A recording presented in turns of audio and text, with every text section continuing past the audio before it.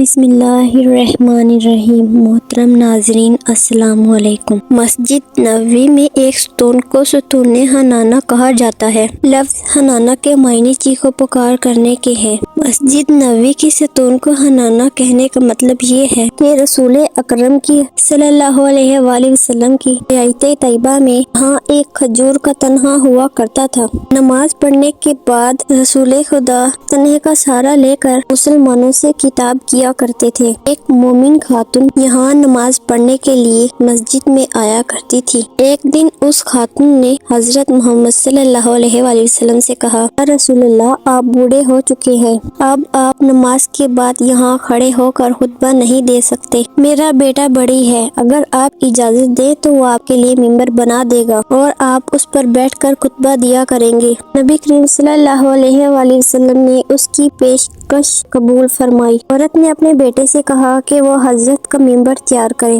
اس نے آپ کے لیے ایک ممبر بنایا جس کی 3 سیڑھیاں تھیں۔ وہ بنا کر مسجد نبوی میں لے آیا، حضرت کی خطبہ کی جگہ پر اسے رکھ دیا۔ تب اس دن نبی اکرم صلی اللہ علیہ وآلہ وسلم نماز سے فارغ ہوئے تو آپ ممبر کی طرف تشریف لائے۔ جب آپ ممبر کی طرف جا رہے تھے تو اس کھجور کے تنے کے قریب سے گزرے تو تنے سے رونے کی آواز بلند ہوئی، جسے تمام مسلمانوں نے سنا۔ اس کے رونے سے آپ خود بھی متاثر ہوئے۔ آپ نے اس تنے کو سینے سے لگایا جس سے وہ پرسکون ہو گیا۔ پھر آپ نے اس سے فرمایا، اے کھجور کے تنے، گھبرا نہیں، میں نے تیرے متعلق خدا سے خواست کی ہے کہ وہ تجھے جنت کا درخت بنائے گا۔ اس کے بعد تنا خاموش ہو گیا اور اس کے رونے کی آواز بند ہو گئی۔ بیان کیا جاتا ہے کہ وہ بنی امیہ کے عہد تک مسجد میں واقع رہا۔ اولاد مرہان کے حکومت میں مسجد کی توسیع کی گئی تو اس کو کاٹ کر پھینک دیا گیا۔ ایک مومنہ خاتون 300 درہم کی تھیلی لے کر نبی اکرم کی خدمت میں حاضر ہوئی۔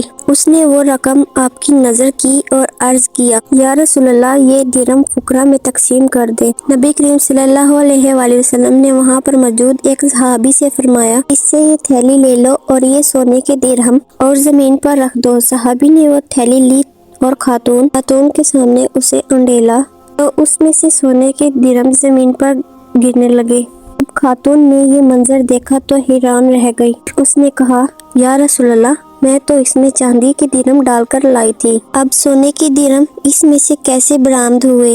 حضرت محمد صلی اللہ علیہ وآلہ وسلم نے فرمایا، تہجد مت کرو، میں نے کہہ دیا کہ درہم سونے کے ہیں، اللہ تعالیٰ نے انہیں سونے میں تبدیل کر دیا۔ ایک مرتبہ ابو جہل اپنے یہودی دوست کو لے کر نبی کریم صلی اللہ علیہ وآلہ وسلم کے پاس آیا۔ بے یہودگی سے کہا، محمد، تو کب تک ہمارے خداؤں کے خلاف غارت عامل باتیں کرتا رہے گا؟ اگر تو نے اپنی نبوت کے دلائل و معجزات پیش نہ کیے تو ہم تجھے قتل کر دیں گے۔ نبی کریم صلی اللہ علیہ وآلہ وسلم نے فرمایا، جو کچھ تم چاہتے ہو ان قریب دکھاؤں گا۔ ابو جہل نے اپنے یہودی دوست سے مشورہ کیا کہ بتاؤ کس طرح کا معجزہ طلب کرے جس کے پیش کرنے سے یہ عاجز آ جائے۔ یہودی نے کہا، اگر تم نے زمین پر کسی چیز کا معجزہ طلب کیا تو وہ اپنے جادو کے زور پر وہ معجزہ تمہیں دکھا دے گا۔ تم اسے آسمانی معجزہ طلب کرو کہ آسمان پر جادو نہیں چل سکتا۔ ابو جہل نے کہا، محمد، اگر چاند کے 2 ٹکڑے کر دے تو ہم تجھ پر ایمان لائیں گے اور تیری پیر کریں گے۔ نبی کریم نے ابو جہل سے وعدہ لیا۔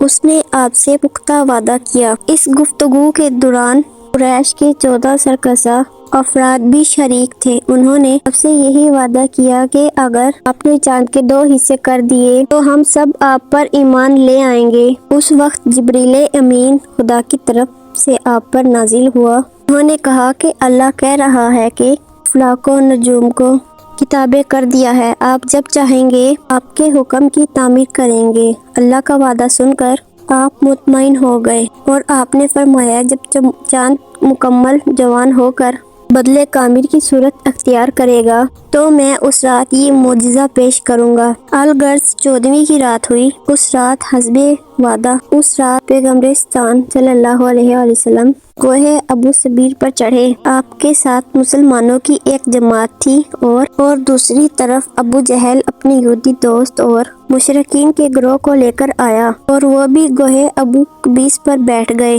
معجزہ دکھانے سے قبل آپ نے دوبارہ عہد و پیمان لیا، اگر چاند کے 2 ٹکڑے ہو گئے تو وہ آپ کی نبوت پر ایمان لائیں گے۔ تو نبی اکرم صلی اللہ علیہ وآلہ وسلم نے اپنی مبارک انگلی سے چاند کی طرف اشارہ کیا تو چاند دو حصوں میں تقسیم ہو گیا۔ نصف حصہ اپنی جگہ پر رہا اور نصف حصہ کافی دور چلا گیا۔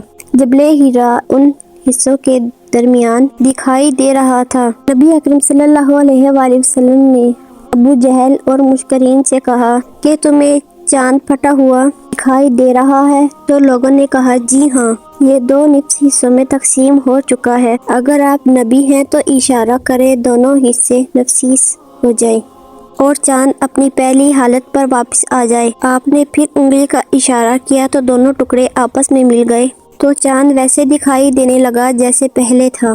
نبی اکرم صلی اللہ علیہ وآلہ وسلم نے حاضرین سے کہا کہ اب تم اپنا وعدہ پورا کرو اور اسلام کا اعلان کرو۔